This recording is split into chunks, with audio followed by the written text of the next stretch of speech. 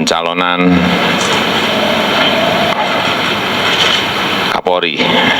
Ini perlu saya sampaikan bahwa tahapan prosedur itu telah dilalui oleh pemerintah.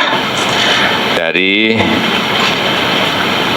beberapa minggu yang lalu, kemudian ada usulan dari Kompolnas ini. Usulannya opsi 1, ini ada 9 perwira tinggi Polri, kemudian opsi 2 itu diusulkan 4 petinggi Polri bintang 3. Ini usulannya. Kemudian setelah usulan ini, saya memilih 1 yang kita pilih. Kemudian ada, setelah didetail, ada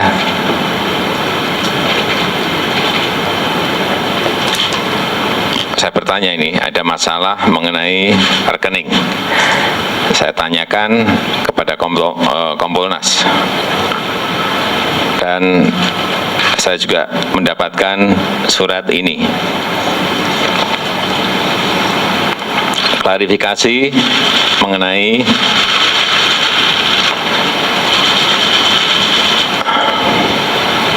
rekening, dan di sini disampaikan hasil penyelidikan disimpulkan bahwa transaksi itu adalah transaksi wajar. Ini saya pegang.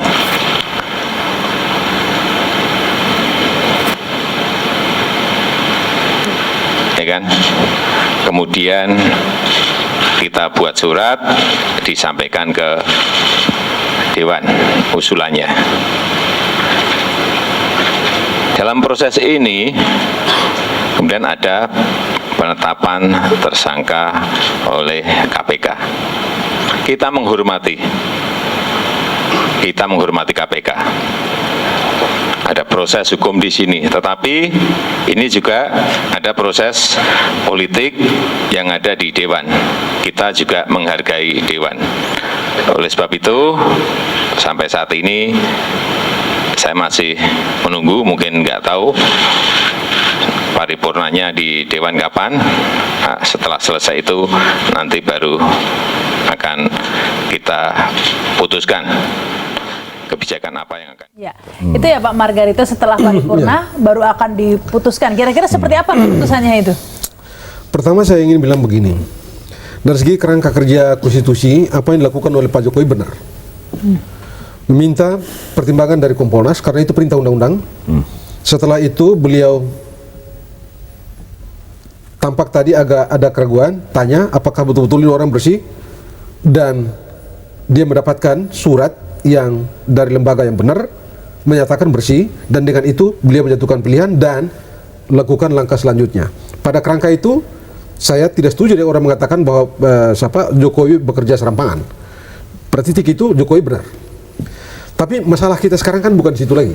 Masalah kita sekarang ini adalah itu dia tadi itu, besok ini mereka ini paripurna, lalu mau diapakan ini orang ini? Lantik apa tidak lantik? Lantik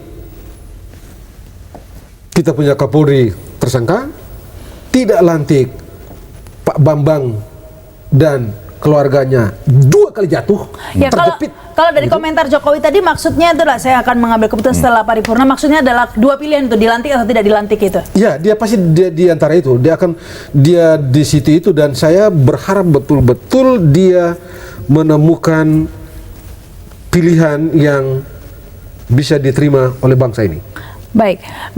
Tapi kalau melihat ini Pak Didi ya. Saya ingin komentari ini ya tadi. Jadi memang benar ada benarnya menanyakan Kompolnas, tapi di satu sisi ketidakkonsistenan Pak Jokowi terlihat karena meminta pendapat PPATK dan KPK kan dari awal. Padahal kalau kita dengar bulan Oktober data-data mengenai calon-calon menteri maupun Kapolri sudah pada saat itu Pak Budi kan calon menteri juga, nominasi juga sudah ada di tangan Pak Jokowi. Jadi di satu sisi menanyakan Kompolnas memang tidak salah sesuai perintah undang-undang, tapi di satu sisi Pak Jokowi tidak konsisten dengan apa yang menjadi komitmennya beliau. Nah, ini yang jadi masalah. Dan tidak menanyakan lagi Nah, KPK. tapi mengabaikan apa yang dimasukkan yang diberikan oleh PPATK dan KPK. Saya melihatnya demikian apa yang tadi. Tapi Pak saya Jokowi. tidak membela Pak Jokowi gitu ya. Sebab begini, apa yang dilakukan Pak Jokowi pada waktu pembentukan kabinet itu bukan sebuah perintah konstitusi. Bahwa itu sebuah tradisi, yes. Atau dalam kerangka pengembangan Terobosan tradisi lah. terobosan, ya.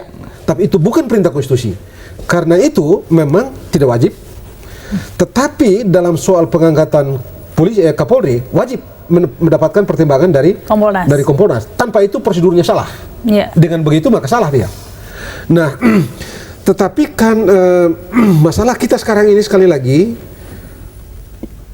lantik kita punya Kapolri tersangka, kemungkinan bahkan tadi Mas Didi bilang KPK sudah mengirimkan surat kepada Menteri Hukum dan HAM. Kenapa bisa tidak sinkron ya data KPK dan Kompolnas ini? Oh, bisa saja. Kompolnas kan bukan penyelidik, bukan penyidik. Begitu ya. Bahkan dengan Barreskrim sekalipun bisa berbeda memang.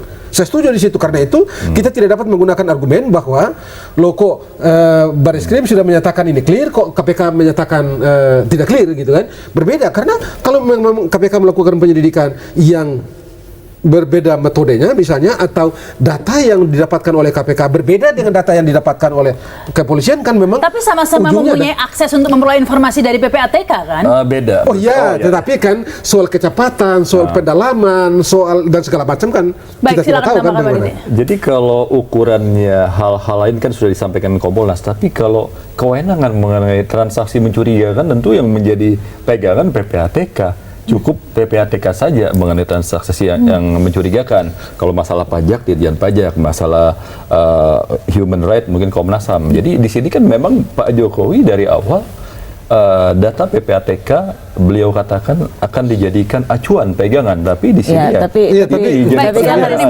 gini juga.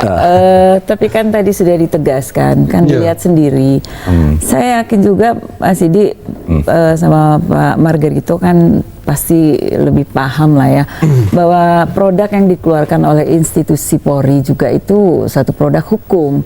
Ketika mengatakan bahwa tidak ada hal yang tidak wajar terhadap transaksi tersebut, dan itu sudah dikeluarkan secara resmi oleh Polri pada tahun 2010, dan itu satu produk hukum yang juga harus dihargai, Jadi jangan juga dikatakan bahwa itu tidak ada harganya, karena bagian kenapa itu keluar, karena ada yang namanya kecurigaan dari transaksi PPATK.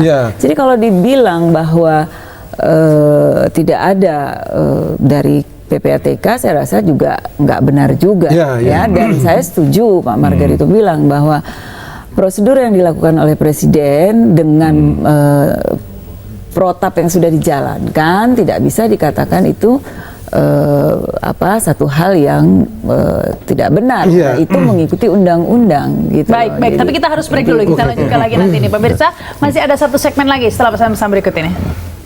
Anda kembali bersama kami dalam Hadap Berita. Ini sudah di segmen terakhir, tapi mungkin sekaligus singkat saja nih ya Pak Didi ya. Kita tahu bahwa untuk menentukan ini transaksi ini wajar, seperti yang dikatakan Kompolnas, sementara KPK mengatakan lain, itu kan acuannya sama sebenarnya dari PPATK. Mengapa sumbernya sama? Outputnya bisa beda. Kompolnas mengatakan itu wajar, KPK mengatakan tidak wajar. Jadi saya ingin mengatakan memang KPK bukan dewa juga, tidak selamanya memang harus semuanya benar. Tapi kita menjadi referensi hampir semua kasus yang diajukan KPK itu kan terbukti di pengadilan dan divonis ya. Dan KPK datanya dari PPATK juga kan? Jadi saya kira tadi Mbak Ria punya pendapat demikian, kita hormati, nggak salah juga. Kalau sudah begini ya fokus saja pada penegakan hukum. Menurut hemat saya biar di pengadilan. Nah, untuk bisa fokus kan tentunya Saudara Budi Gunawan tunda dulu keinginan menjadi Kapolri, dan Pak Jokowi harus memahami itu, menunda ini atau biar proses hukum berjalan. Iya, baik. Untuk bisa memperkuat pembelaan diri beliau yang tadi alasan Mbak Ria Latifah punya fakta-fakta. Kalau menurut Anda ada aroma permainan juga ini sehingga kemudian Budi Gunawan bisa. Kan sudah lihat tadi yang kelihatan kan, Bambang sudah bilang jelas-jelas ada permainan tuh kan. Iya. Lalu hampir tidak mungkin orang mengatakan, sudah hampir tidak ada akal sehat yang tidak akan bilang ini ada permainan. Tidak mungkin lah gitu ya. Tetapi yang saya pikirkan adalah sekarang DPR sudah setuju, andai kata Presiden ini meresmikan beliau menjadi Kapolri, lalu KPK memanggil beliau, memeriksa beliau. Itu saya tidak berpikir sebenarnya. Agak susah saya.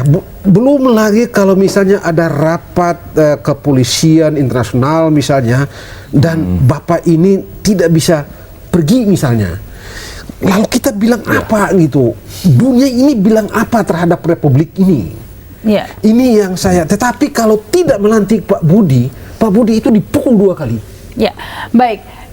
Saya ke itu yang Dwi mungkin sekaligus susah betul yang closing statement ini ya. Ini seperti kita publik meskipun hanya asumsi kata Anda tadi ya, tapi publik bisa melihat dengan jelas betapa kuatnya nih tarik-menarik begitu ya, antar kekuatan PDIP dan kemudian kekuatan lain gitu kan ya. Nah, dengan kondisi seperti ini, akankah PDIP atau publik dipertontonkan dengan tarik-menarik seperti ini terus ini? Sampai kapan ini, Bu?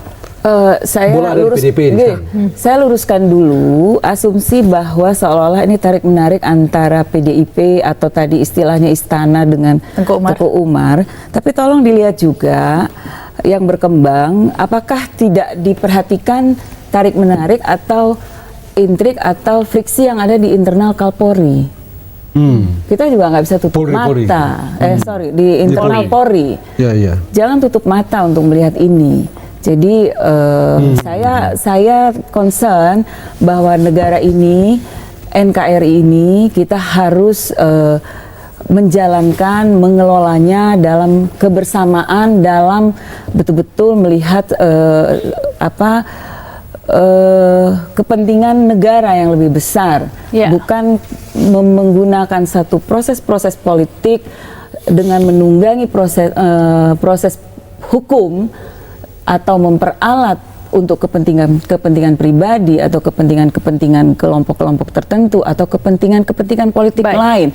Jadi saya juga ingin menegaskan kembali, tolong ini juga difahami bahwa satu persoalan yang selalu didengung-dengungkan. Lihat juga bahwa ada persoalan lain di internal Polri yang saya pikir Pak Marger itu paham sekali. Mas Didi juga mengerti. Jadi jangan ada dusta juga di antara kita. Ini sayang sekali waktunya gitu sudah habis ini. Cuman satu hal kembali saya tegaskan. Hak prerogatif Presiden, apapun itu kita hargai. PDI Perjuangan tidak pada posisi seperti yang disampaikan itu, bahwa tarik-menarik dan lain sebagainya. Bahwa apapun keputusannya sudah dibuat oleh DPR, bukan oleh PDI Perjuangan, tapi 9 fraksi minus Demokrat.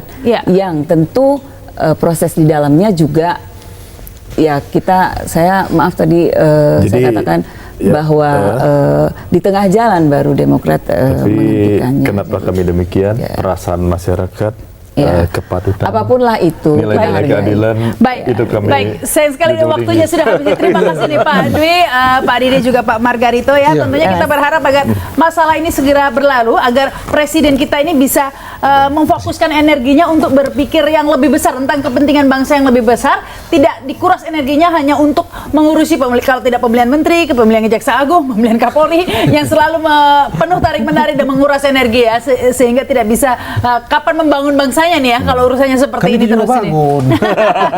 Baik pemirsa, ada berita masih akan terus berlanjut hingga pukul 11 malam nanti. Saya Rahma Sarita, sampai jumpa.